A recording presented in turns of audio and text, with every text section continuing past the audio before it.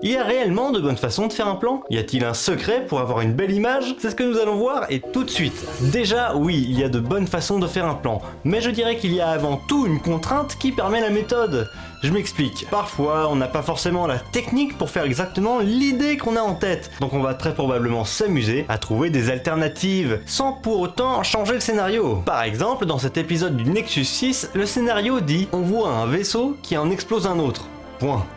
Pourtant, à aucun moment on y voit l'explosion. Et ce n'est pas un choix artistique. En fait, il est bien plus facile de faire un reflet d'explosion sur une vitre en effets spéciaux qu'une véritable explosion en 3D.